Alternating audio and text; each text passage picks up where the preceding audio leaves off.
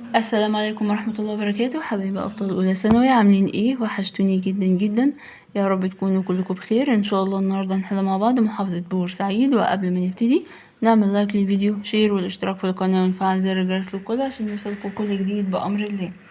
نسمي الله ونصلي على الرسول. اللهم صل وسلم وبارك على سيدنا محمد وعلى آله وصحبه أجمعين. السؤال الأول، اختر الإجابة الصحيحة من بين البدائل التالية. من العواصم التي ارتبطت بذكريات أليمة مع المصريين هي مدينة منف، أسيتا تاو، طيبة، أواريس. منف اللي أسسها الملك مينا، وأسيتا تاو كان الملك إمنمحات الأول لموقعها وقربها من الدلتا والتوسع الزراعي. أما طيبة خرج منها أمراء طيبة لمحاربة الهكسوس. أما أواريس هي كانت مرتبطة بذكريات أليمة مع المصريين لأن الهكسوس اتخذوها عاصمة لهم.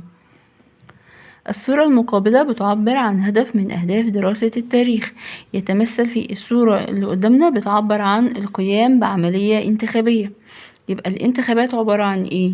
استخلاص عبر، إبراز القدوة الصالحة، الشعور بالمسؤولية، الابتعاد عن التعصب. العملية الانتخابية هي عبارة عن الشعور بالمسؤولية. شهدت مصر القديمة اهتماما كبيرا بالحفاظ على مائية نهر النيل في عهد مين؟ إمنمحات الأول، سنوسرت الثالث، إمنمحات الثالث، منتحتب الثاني. الملك قام باهتمام كبير بالحفاظ على مائية نهر النيل كانت في عهد إمنمحات الثالث. ليه؟ لقيامه ببناء سد اللاهون والحفاظ على البلاد من خطر الفيضان وتخزين مياه الفيضان واستصلاح الأراضي الزراعية. يبقى إمنمحات الثالث. لمعرفة بعض المعلومات عن ملابس وأسلحة الجيش في الأسرة الأولى، يمكن الاستعانة بإيه؟ صلاية نارمر، النقود والمسكوكات، بردية إبريس، كتابات هيموروس. بردية إبريس خاصة بمجال الطب، كتابات هيموروس دي كتابات يونانية.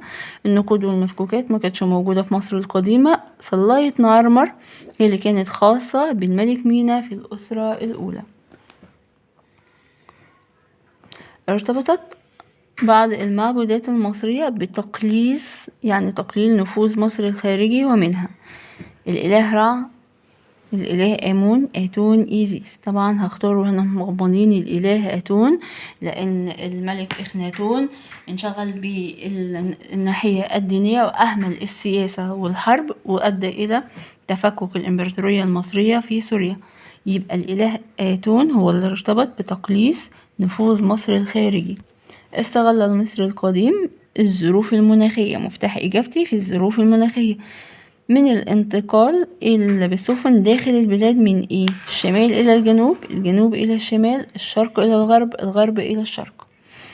هنستبعد الشرق إلى الغرب والغرب إلى الشرق، وهيبقى ما بين اختيار الشمال إلى الجنوب والجنوب إلى الشمال.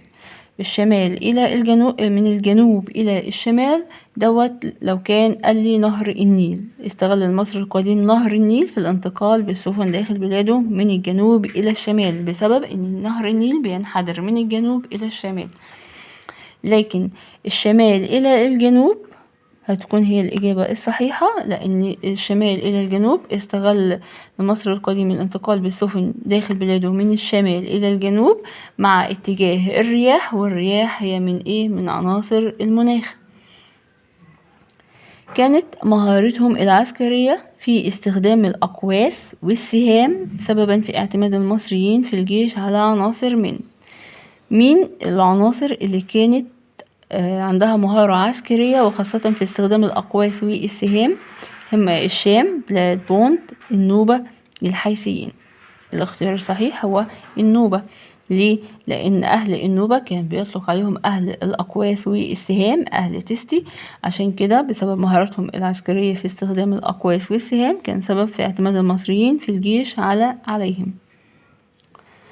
احرص على عمل الخير، احرص على عمل الخير لتنال المكافأة في الآخرة. تتماشى هذه المقولة مع إحدى خصائص الحياة الدينية في مصر القديمة، وهي تعدد الآلهة ملهاش علاقة، الإيمان بالبعث والخلود ملوش علاقة بعمل الخير لتحصل على المكافأة في الآخرة، السمو إلى التوحيد برضو مش ملهاش علاقة، لكن اعمل الخير لتنال المكافأة في الآخرة ده الإيمان بالحساب بعد الموت، إن في حساب بعد الموت. اهتمت الدولة المصرية القديمة بشكل رسمي بتنمية قدرات المصريين العقلية والفكرية منذ الأسرة الثانية، الرابعة، السادسة، الثامنة. الاختيار هيكون الأسرة السادسة، لأن منذ بداية الأسرة السادسة بدأ بناء المدارس. يبقى اهتمت الدولة المصرية القديمة بشكل رسمي بتنمية قدرات المصريين العقلية والفكرية منذ الأسرة السادسة. ظهر الدور السياسي للمرأة جاليا زمن. الدور السياسي، خلي بالنا الدور السياسي، عصر الدولة القديمة، الانتقال الأول، عصر الدولة الوسطى، عصر الدولة الحديثة. طبعا الدور السياسي ظهر للمرأة في عصر الدولة الحديثة، حيث كانت ملكة حتشبسوت من ملكات مصر في عصر الدولة الحديثة. من آراء ويل ديورانت إن الحضارة تبدأ مع انتهاء الاضطراب والفوضى وتحقيق الأمن والاستقرار. عرفنا إن ويل ديورانت بيقول إن الحضارة بتبدأ مع الأمن والاستقرار ومع انتهاء الاضطراب والقلق. يعني معنى كده إن الحضارة بتقوم في الأمن والاستقرار، يعني العصر ده بيتميز بالقوة. أي عصر من اللي موجود قدامنا بيتميز بالقوة. يمكن تطبيق الرأي السابق على مصر قديما في عصر الانتقال الأول. قلنا عصر الانتقال الأول من عصور الضعف، عصر الأسرات من 13 إلى 17. السؤال ده حلو قوي وإيه محتاج تفكير كويس، ما تنخدعوش بالأرقام. عصر الانتقال الأول قلنا عصر ضعف. عصر الأسرات من 13 إلى 17 برضه هو عصر ضعف، لأن هو عصر الانتقال الثاني.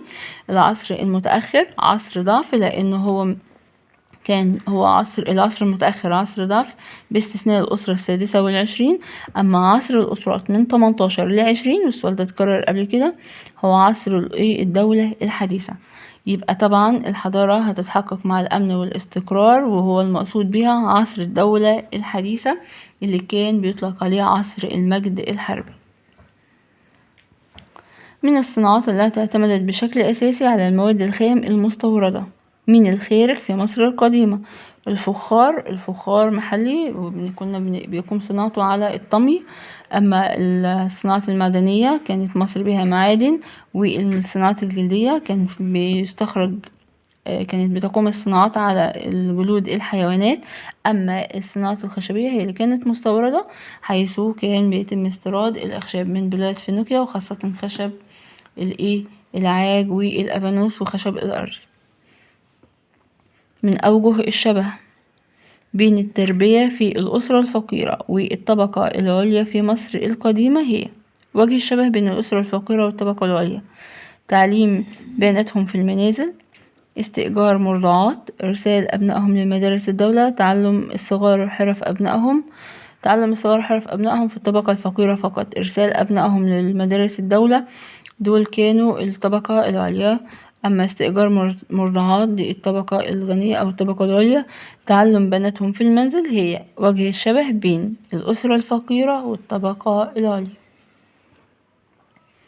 عثر على أحد عقود بيع لأرض زراعية من العصر المتأخر. مفتاح إجابتي في العصر المتأخر.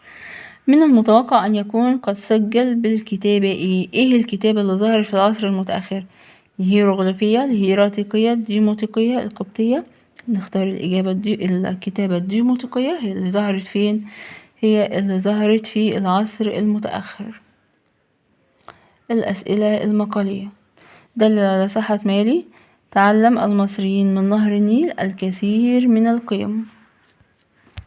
اكتسب المصريين القدماء من نهر النيل القيم مثل الوحدة والتضامن، التكامل والتكافل، والتواصل الحضاري، التواصل فيما بينهم مع الآخرين.